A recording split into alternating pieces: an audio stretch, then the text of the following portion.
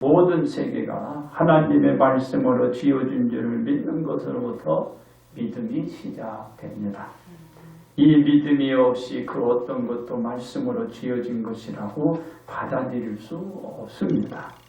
왜냐하면 보이는 것은 나타난 것으로 말미암아 된 것이 아니기 때문입니다.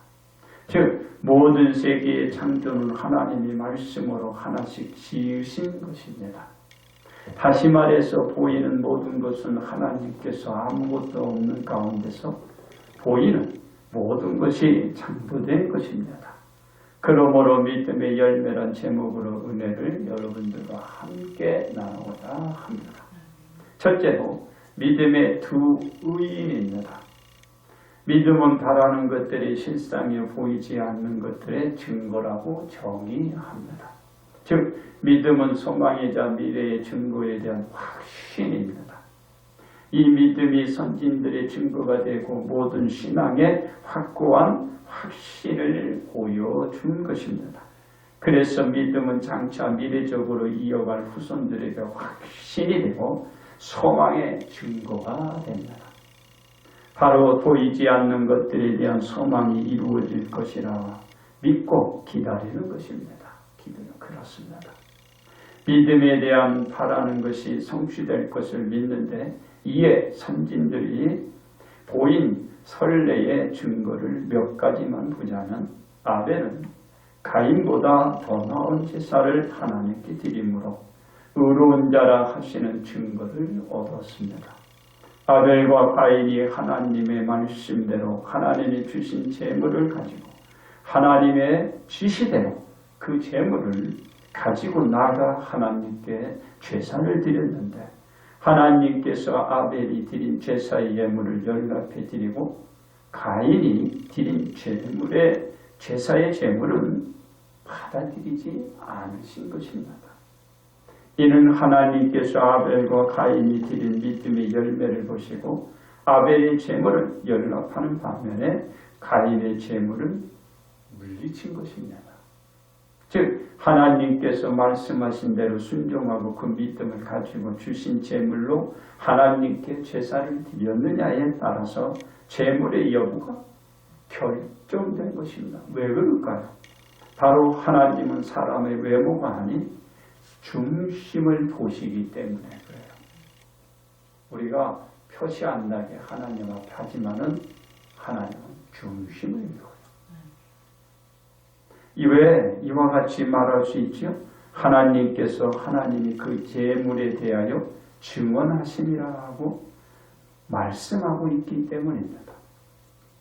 또한 이의 증거로서 그가 죽었으나 그 믿음으로써 지금도 말하느니라 라고 말하고 있는 것입니다.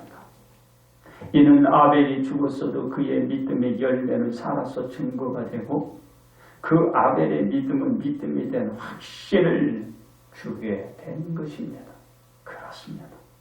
이에 에녹은 믿음으로 죽음을 보지 않고 하나님께로부터 옮겨져 간 사람이었습니다. 이는 하나님께서 에녹을 하늘로 데려가심으로 말미암아 에녹이 하늘로 올리움을 받아 이 땅에는 에녹이 존재하지 않고 하늘에 있음을 암시하고 있는 것입니다. 왜 그런가요? 하나님께서는 말씀하시기를 하나님이 그를 옮기심으로 다시 보이지 아니하였느니라 라고 하셨기 때문입니다. 이와 같이 에녹이 하나님으로부터 하늘로 옮겨진 이유는 하나, 에녹이 가진 믿음의 열매 때문이었습니다. 그렇습니다. 에녹이 죽음을 보지 않고 하늘로 옮겨진 것이 믿음의 열매가 하늘로 옮겨가는 결과를 만들어낸 것입니다. 이 말씀에 대한 증거도 하나님의 말씀에서 찾을 수가 있습니다. 즉 그는 옮겨지기 전에 하나님을 기쁘시게 하는 자라 하는 증거를 받았느니라 하고 하셨기 때문입니다. 에녹이 하나님으로부터 하늘로 올리움을 받은 답은 에녹의 뭡니까? 이 또한 믿음의 열매였습니다. 에녹이 가진 믿음이었어요. 그 성취가 열매가 되었기 때문에 그렇습니다. 그렇습니다. 에녹의 믿음만이 하나님을 기쁘시게 하기에 믿음이라고 단정하며 확언할 수 있는 말을 할 수 있습니다. 이에 증거 역시도 하나님께서 말씀하셨습니다. 즉 믿음이 없이는 하나님을 기쁘시게 하지 못하는 것입니다. 그러기에 하나님께 나아가는 사람은 두 가지의 믿음을 갖고 나아가야 하는데, 첫 번째가 그가 계시다라는 믿음을 갖고 나가야 우리가 하나님이 계실 것이다, 계시다라는 믿음을 가지고 나가야 된다라는 것. 그러기에 하나님께 나아가는 사람은 이 믿음을 가지고 있어야, 이는 하나님께서 실제로 계신다는 믿음을 가지고 있다라는 것입니다. 그런 믿음을 가지고 하나님께 나가야 하는 것입니다. 두 번째, 그가 자기를 찾는 자들에게 상 주시는 이심을 믿어야 하는 것입니다.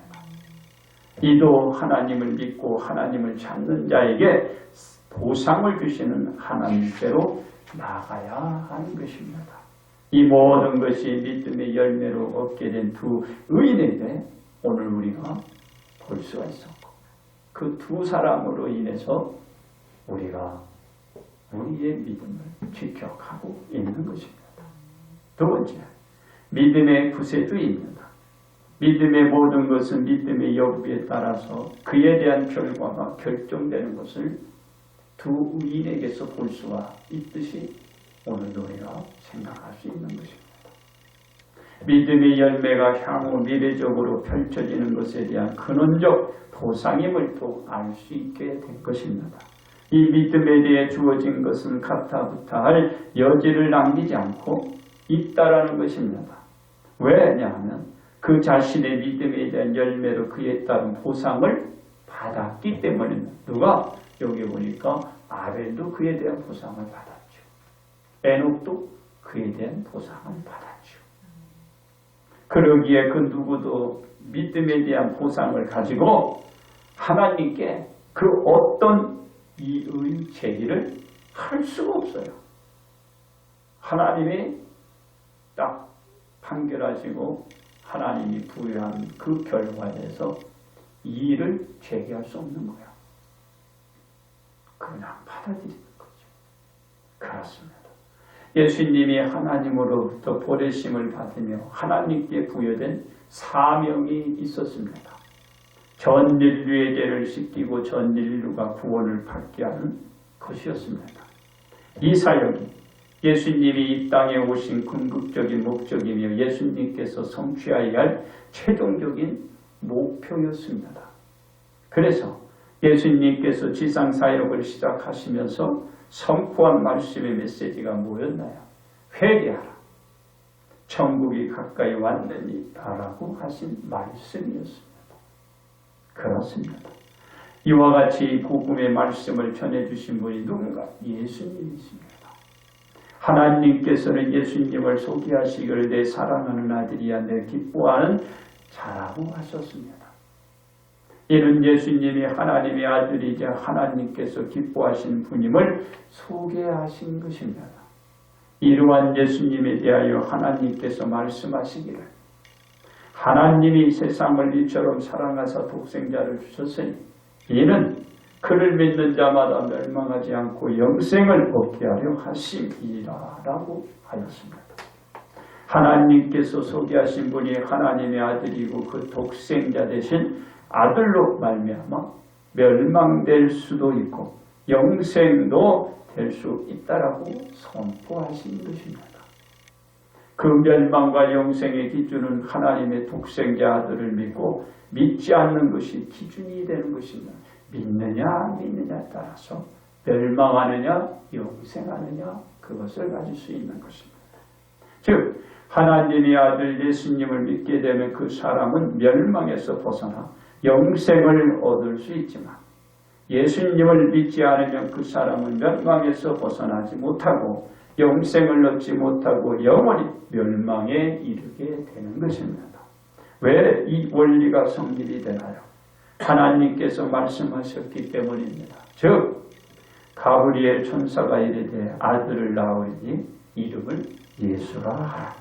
이는 그가 자기 백성을 그들의 죄에서 구원할 자 이심이라고 하신 것입니다.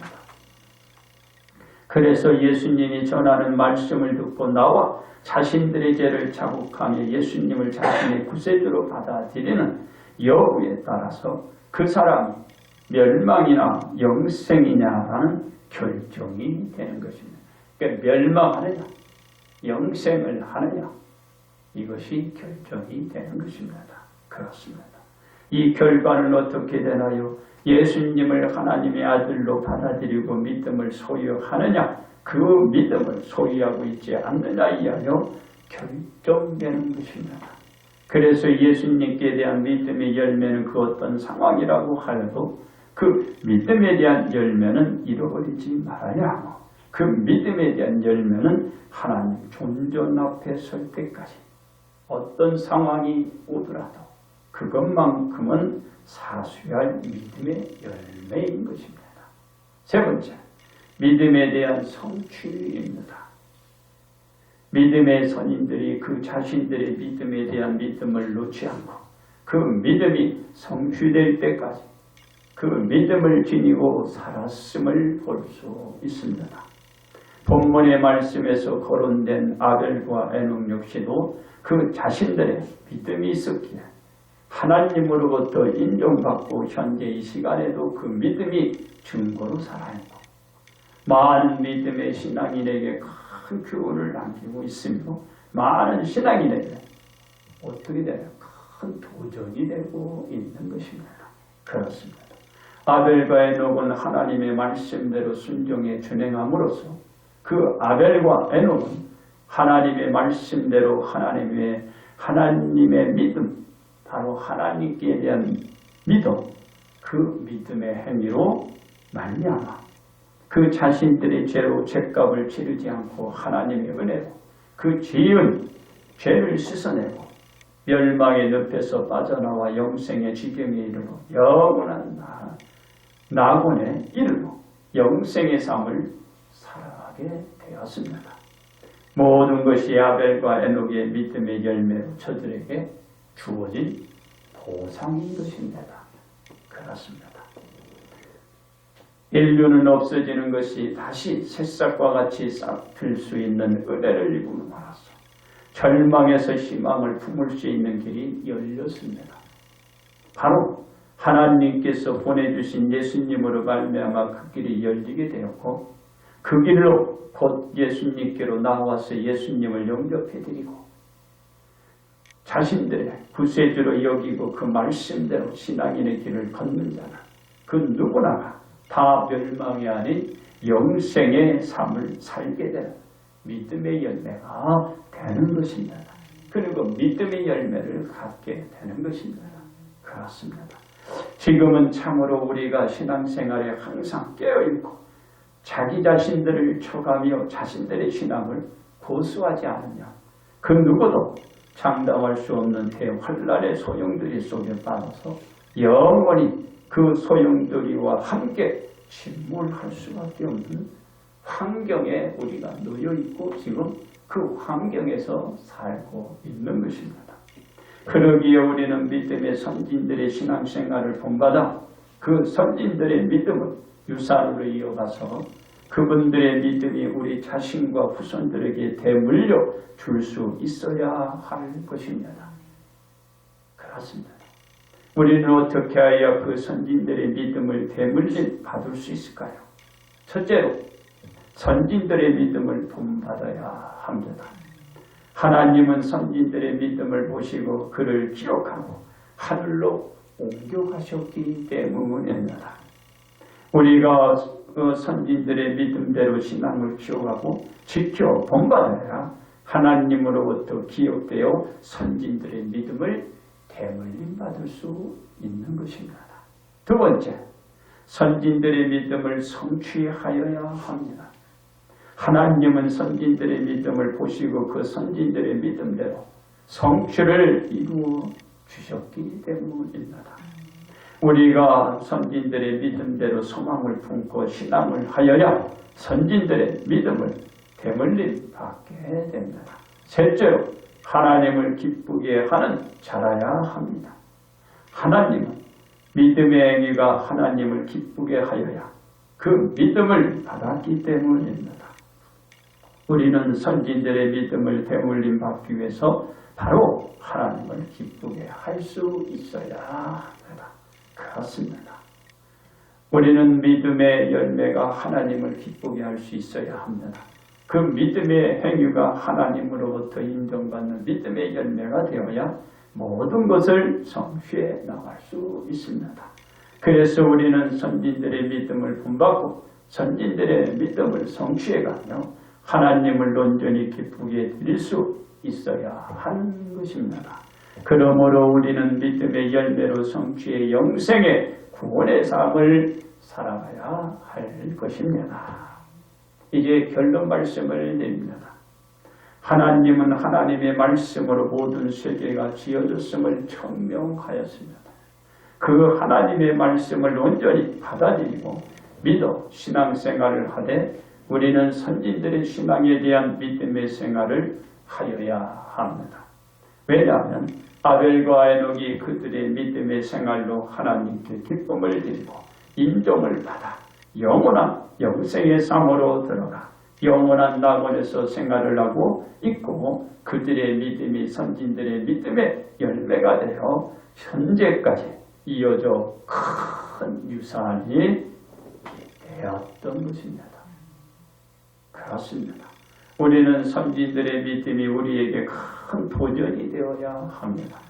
그 선진들의 믿음의 열매가 우리를 지켜내고 우리의 믿음이 헛된 것이 아님을 확신으로 굳혀지기 때문이자 우리 자신들의 생활과 환경에서 우리로 하여금 우리의 신앙을 지켜낼 수 있는 원동력이 되기 때문입니다.